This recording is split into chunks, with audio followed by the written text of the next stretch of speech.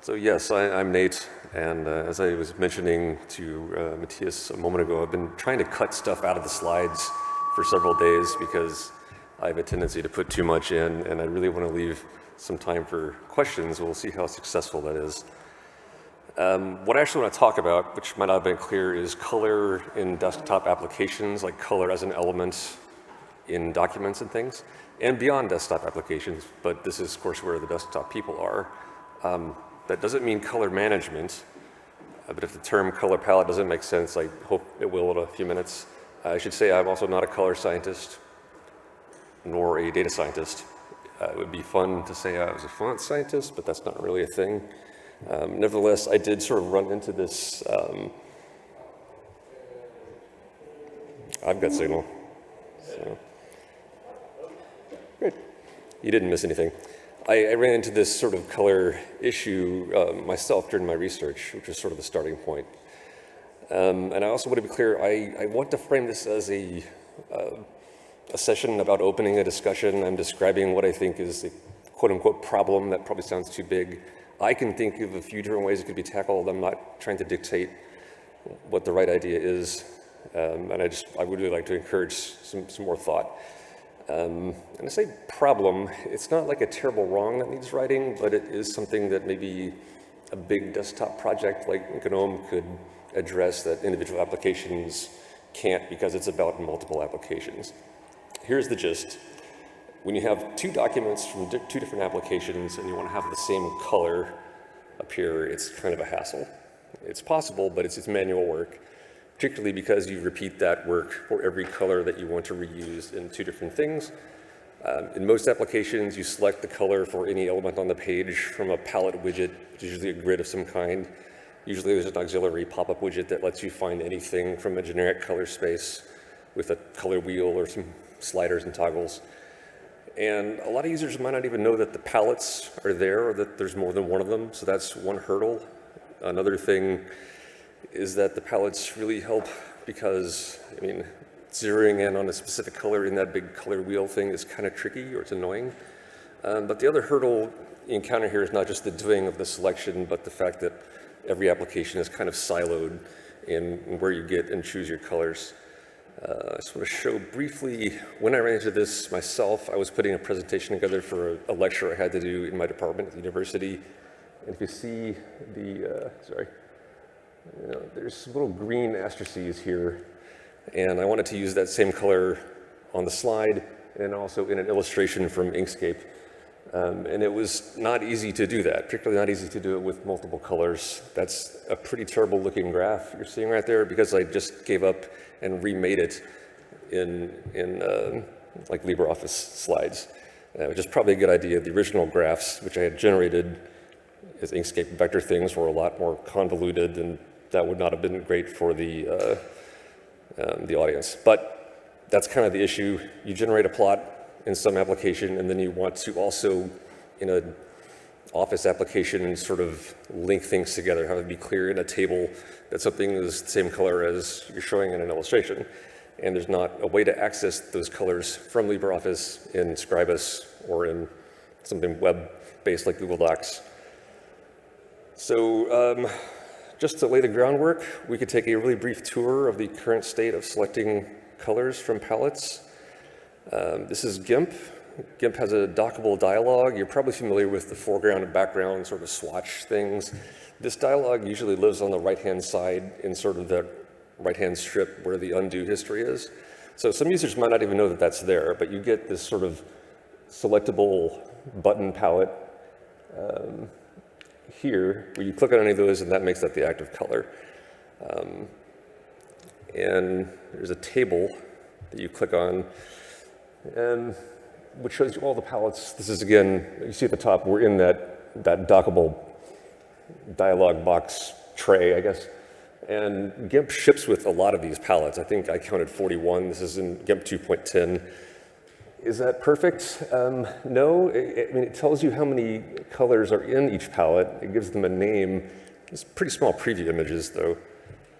Inkscape, the palette is a lot more prominent. I think that's because in GIMP, most of what you do is painting with things, whereas in Inkscape, you're applying fills and path colors, so you maybe do more of that. So this is the palette down here, and these buttons indicate that you can scroll this or sort of page through it.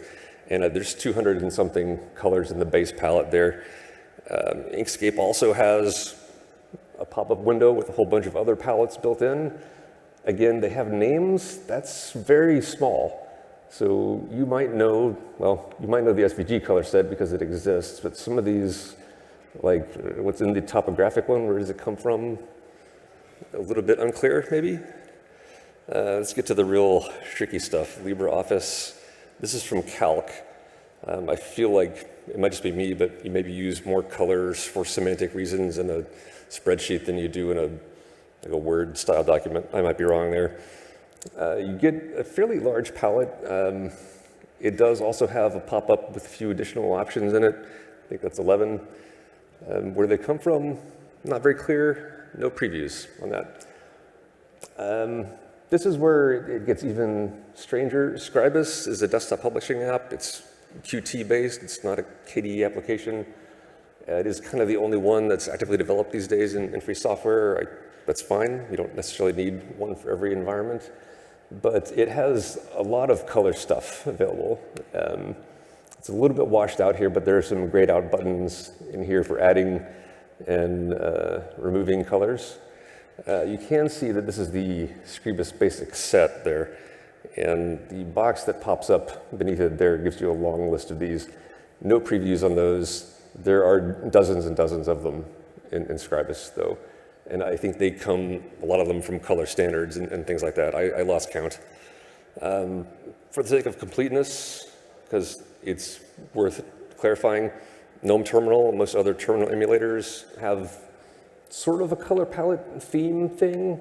What that really is sort of there's a named set of X, or I guess ANSI terminal colors, and you can kind of map those to real RGB values. GNOME Terminal does have a few to choose from that it ships built in, which you're really just going to get this same set with slightly different hues and saturations of them. So it's not exactly the same deal as picking them for anything you want in creative work. So there are more. I could go on. I don't use Blender. It definitely has colors as well. I thought maybe keep it small. I've worked with all those apps. There are some that don't support any form of color palette. I made a list of ones to check. Turns out these are all web apps. Google Docs is interesting because their official support site says just copy and paste it from some other Google document. Not great, I would say. PenPot is interesting. It's kind of in between in that you kind of can just save another document that just has the color swatches in it, and that's officially what they tell you to do. There's certainly a lot of applications in between where you have a couple of colors you can set, but not like a full palette. So, if you're lucky and you have to do this, you get like an eyedropper tool, but that basically means GIMP and Inkscape do this. LibreOffice did not have that. Scribus does not have that. So what you do is write down the hex codes or copy them and paste them. I'm not afraid of manual labor myself, but doing that once is fine, but you got to remember with a lot of colors, you're doing that for every color individually, which is what starts to get aggravating, and you do that for every application too. What I ran into when I was doing my thesis research was charts and graphs generated from data science apps. So I want to talk about that and how different that case is, not because I think GNOME should prioritize data science over other users, but it's easy to see where the gap is there. The poster child for color palettes there is definitely R. A lot of folks in software development may not have used R.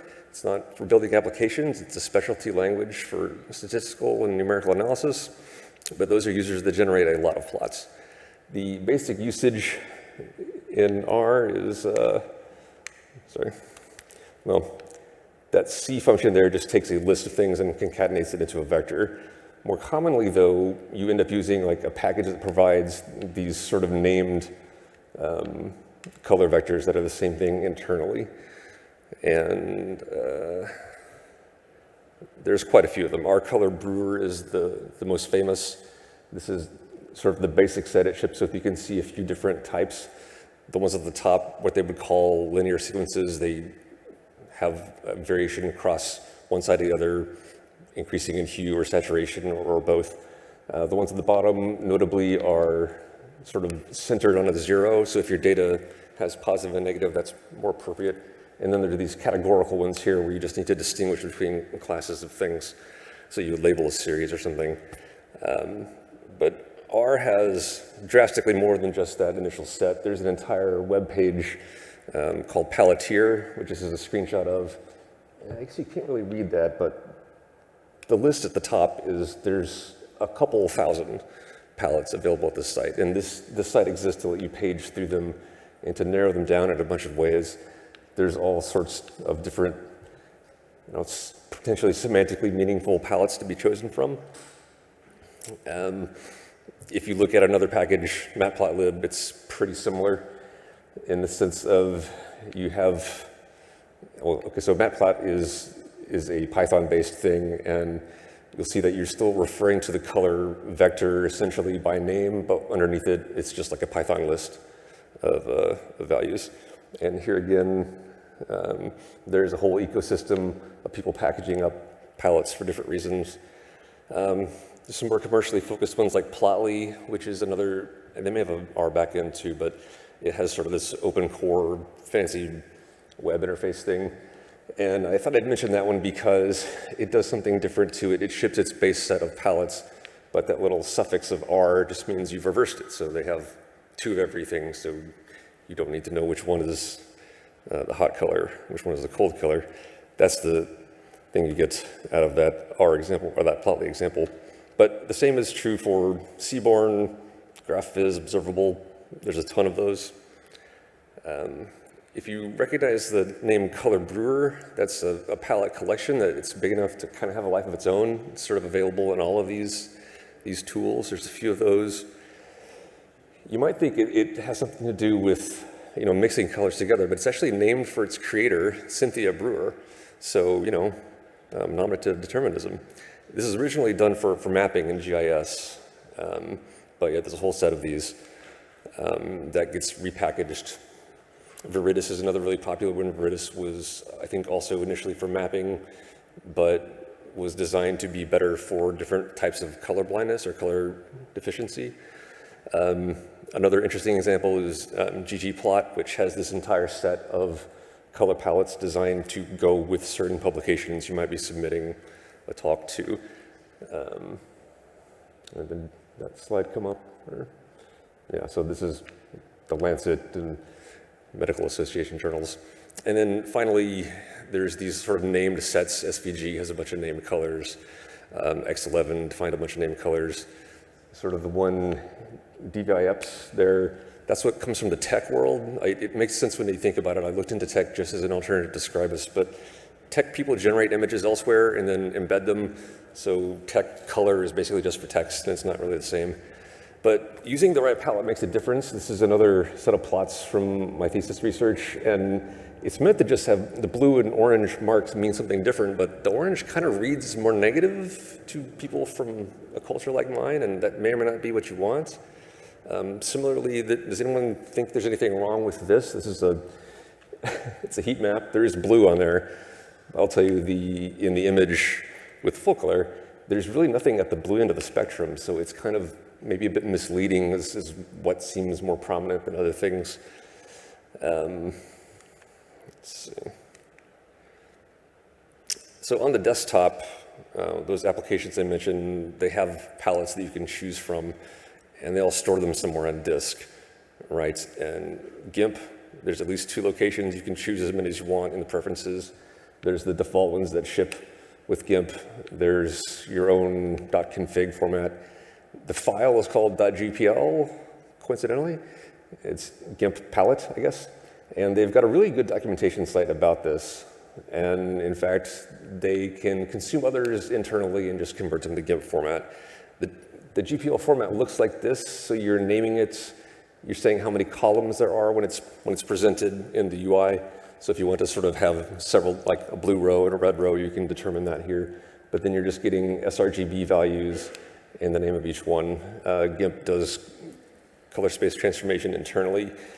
Inkscape reads GPL files. So it made that decision quite conveniently. It does store them in a different place, though. which is maybe not ideal. Officially, Scribus says you can just import them from another document. That's not entirely true. It does ship some in its own user share folder and lets you save your own. Interestingly enough, it swatches in one place and palettes in the other. The format is XML, but it's because Scribus documents are XML. It's this Scribus colors thing, and all you get really is a name and a color definition with each one. It is worth noting, though, that you can mix RGB and CMYK in the same palette in Scribus because that's a use case for them. LibreOffice uses a format called SOC, which stands for Star Office Colors, showing its history. The docs say that it's plain text. It's actually XML2. I've seen some references to like extensions installing color palettes. I don't find a clear example of that. That may just be an idea that was temporary and fizzled out. Under the hood, the LibreOffice XML has a lot more header to it, but still pretty similar, just one element per color that has a definition and a name. You can translate this into the Scribus version. I wrote a 30-line Python script on Wednesday, and it took like 15 minutes, and that included looking some things up. But you just have to know you can't do CMYK in LibreOffice. So I think the takeaway from that is that data science people who use these things a lot, they are sort of primitives that you would use directly in a script. It's a vector object of some kind, or it's a special data type. Whereas the applications, you're talking about resource files. Some of them might be embeddable, some of them might not. And that, to me, makes the palettes sound a lot more like the way apps use other shareable resources, like fonts or icons. They're distinct from the content of the document. So I kind of think maybe they could be shared more easily. In years past, there were some, you might remember some of these desktop apps that deal with color palettes. Swatchbooker was the big one. It could read and convert a dozen different formats, including a bunch of proprietary ones from Adobe and so on. It's been gone since 2017. It's Python 2 only. The docs are really great, though. They document a lot of the formats really well. That's what that looked like. Agave is a lot more recent. That was a GNOME app, and I remember this one, and I was kind of sad to realize it was not there. That's what it looks like. It's a little more designed to help you design a palette for a design project. So you're coming up with a color scheme to use in the web page or something like that. There's an existing app called GPick, most similar to Agave. It hasn't really been updated since 2018, but it's still available in Debian anyway, which the others are not. That's what that looks like. It kind of looks like it's GTK2, maybe. Don't quote me on that, but it's been a while. There are also some lower level utilities and tooling. If you just search on this, you find a bash script to turn GPL into LibreOffice. So a convenient name, but there's Python tools that can read that and a few other formats out there. There's also this interesting project that just collects a whole bunch of manually curated GPL palettes that the guy has converted from others. The page explicitly says it doesn't include color brewer, so I emailed the guy who wrote that, and he said, it was 10 years ago, I couldn't get it in a convenient format, so he might be open to changing that. The thing that doesn't exist is something that fills that Swatchbooker niche where you can convert palette to palette. And remember, every application being siloed means format conversion is something you have to do for every application's target. That's what makes me think we could simplify that. How? I don't know. Maybe there's an XDG color palette directory definition, at least with Inkscape and GIMP sharing the same format. That wouldn't be the worst thing. It should probably be DIRs instead of dir, because you can have more than one, and most applications ship with something. There's a lot of cost to that, though. I mean, obviously, who's going to package up a bunch of palettes? I don't know. How many formats should be supported? I don't know. Scribus wants CMYK, the other apps don't. There's potential issues with the formats that can be embedded in a document file. I don't know how to solve that. I'm also keenly aware that there's a lot of plumbing that comes with other XDG things like sharing fonts. You have font config. On the other hand, I think the XDG route, at least for that one piece, there's some benefits that it's a little easier for future developers to come along and fix something, or future app developers to know what they could do. But I don't know, maybe it'd be better to say, let's just revive Swatchbooker or a modern version of that, or Agave, or update GPick. You could also say don't invent anything new, let's just boost people who are doing that color palette work and get that packaged and delivered more easily. That's less work for everyone except color palette guy, but it means less consistency. And then again, I think any of these ideas would bring UI challenges like those lists that I showed of all the available palettes. Hard to see much in those. The names might not be clear. The names that you saw in our color brewer are very compact. Navigating that list is not easy in the font menu, and I don't know if you want to add that for a color palette menu too. And it might mean just, you're asking users to install another thing, and that can be a hard sell too. Anyway, we have about 5 minutes for questions. I didn't talk about a lot of stuff that would still be interesting to talk about, like gradients. Continuous palettes are a big thing in data science because you don't know how many elements you need.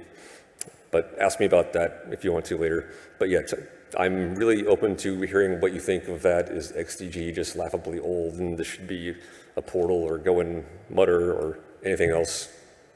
The floor is wide open. Questions away. And thanks. I'm particularly worried that I've missed some major thing that solves it all, but I'd be happy to hear that and sit down. So.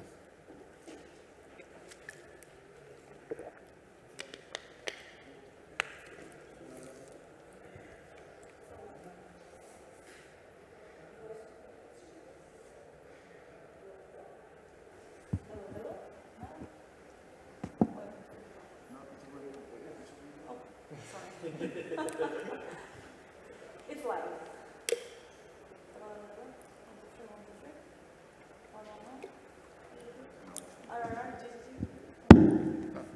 Heard that. Hello, hello, yay. If we have any questions, please. So, did you raise your hand? No, you didn't. Okay. You did, yes.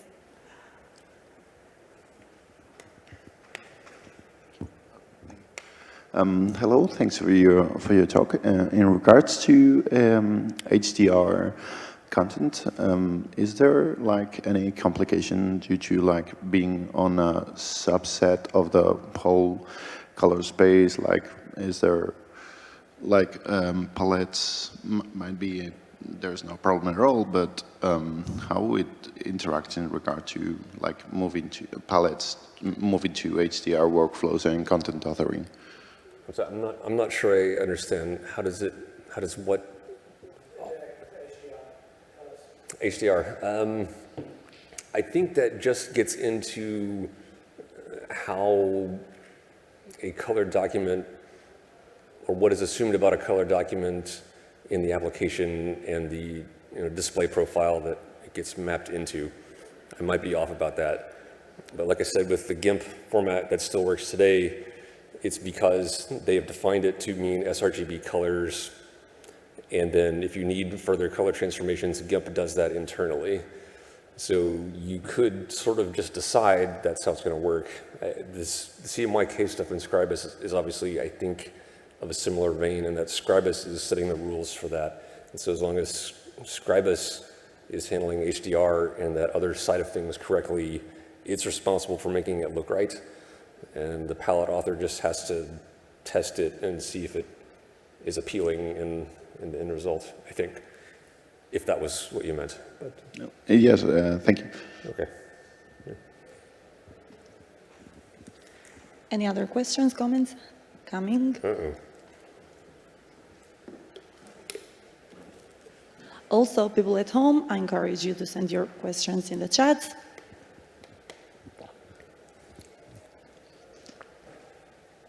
There seems to be a lot of complexity here. Speaking from a design perspective, like the range of colors that you want in a palette will vary tremendously according to the use case, like in the app. It's also very dependent on the background color that you're going to have, that you're going to be using with that palette often. So I wonder if you've thought about that. Would it be a case of if there was like a shared repository of palettes, would they somehow be classified, or transformed in some way to be appropriate to different settings? Yeah, I probably gave you a worst case example by showing all that data science stuff. It's just where I bumped into it, and it was very clear that there was a distinction between the two approaches there. But you saw in several of the screenshots of what ships with palettes, they will have something like the Tango palette from a few years ago. And that is specifically designed to be, user-facing icons and screen elements and things. So in theory, the end user doesn't need to know the complexity that goes into that. They just need to know, okay, this is the palette that makes sense for the kind of work that I'm doing, I think. And the fact that Scribus has all those other palettes is because, for the most part, those are coming from like publishing standards, which again, if you need to know, the French publishing standard for a particular type of PDF, you would know that before you fired up Scribus and looked at the palette, I think. So the general case is a lot simpler than the data science stuff I was showing. It's just that the data science people tinker with it a lot, so they have a lot of examples to show off. Does that kind of get to where you're freaking out, or? Okay. I think there's maybe a distinction between, say, like a spreadsheet app I think there's a distinction between, say, a spreadsheet app where I would generally be using maybe 5 colors, and something like Inkscape, where if you're using it in a creative setting, you might be using a much larger range of colors. I think there's also something there about, the background color, and the example I'd think of there would be how colors are treated in LibreOffice, where we have they're themed. There's the dark theme and the light theme, and they get transformed.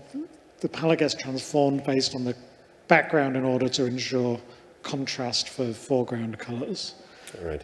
So again, like say in a spreadsheet case, like you would want to be selecting the palette based on the background color. Like if for some reason you decide you want a black background on your spreadsheet, then you'll want the palette to update accordingly.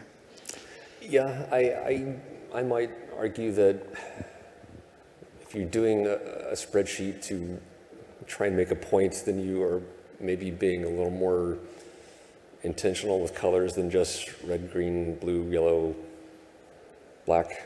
I know when I've compared sort of the pop-up, because I've used CryptPad, which is only Office under the hood. It's a free software thing, but with storage and stuff. And sort of the pop-up palette you get in that is really different from the LibreOffice one, in that it has several magentas and it doesn't have as many oranges or something like that. So even if you think you're picking simple colors, you're kind of limited by what appears in the pop-up. I'm not sure the background thing, I mean, that kind of comes with the document. Like in some cases you see the background for a cell in a spreadsheet is defined as no color, and in some cases it's defined as white. So that might be up to the app developer to either give you what you need or not. But yeah, I think if you're looking for fidelity, then you hope your application supports that. If you're looking for across applications, it's currently just sort of super hard to get close. So yeah, I don't know. But yeah, I take your point that there's not like a one-size-fits-all way to do any of that, and what somebody wants from the application matters a whole lot. And I was choosing, in my spreadsheet example, I was choosing this green and pink color to sort of be colorblind friendly and to not have a good-bad connotation to it, which I thought would be easy and turns out to be slightly hard, I guess. But, that's about it. So we are running a bit over time, but we actually have one more question in the chat. So I'm going to ask you to reply to this one as well, if you can, very briefly, so we can leave the time for the coffee break. But yes, the question is this. Do you have any thoughts on what it makes sense to add XDG directories for, and what doesn't? Like, are color palettes important enough? Or maybe there shouldn't be a big importance threshold to add the new XDG directories. I am not in charge of XDG. I think all I would be comfortable doing is saying, hey, I think this is something shareable that multiple applications might benefit from. And if the people who maintain XDG agree, that would be great. If they say, no thanks, put it elsewhere, you could do the same sort of thing without XDG processes, I guess. I hope that answers the question. Anyway. Thank you very much, Nathan. All right, thanks.